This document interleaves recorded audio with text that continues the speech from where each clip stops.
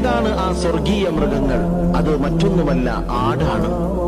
നബി സല്ലല്ലാഹു അലൈഹി വസല്ലം ഒരു ഹദീസിൽ ഒരു സഹാബി വനിതയോട് പറയുന്നുണ്ട്, നീ ആടിനെ സ്വീകരിക്കുക, ആടിനെ വളർത്തുക, അതിൽ ബറക്കത്തുണ്ട്.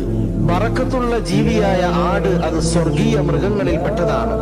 അബൂ ഹുറൈറ റളിയല്ലാഹു തആല അൻഹു വിവരിക്കുന്ന ഹദീസിൽ റസൂലുള്ളാഹി സ്വല്ലല്ലാഹു അലൈഹി വസല്ലം അരുളി, ഫഇന്നഹ മിൻ ദവാബിൽ ജന്ന, സ്വർഗ്ഗത്തിലെ മൃഗങ്ങളിൽ പെട്ടതാണ് ആട്.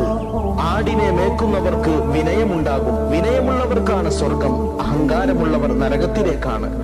കൽബിൽ, ഹൃദയത്തിൽ അണുമണി തൂക്കം കിബറുള്ള ആള് സ്വർഗത്തിൽ കടക്കുകയില്ല എന്ന് റസൂലുള്ളാഹി സ്വല്ലല്ലാഹു അലൈഹി വസല്ലം പഠിപ്പിച്ചിട്ടുണ്ട്. ആടിനെ മേക്കുന്നവർക്ക് ക്ഷമ കൂടുതലായിരിക്കും.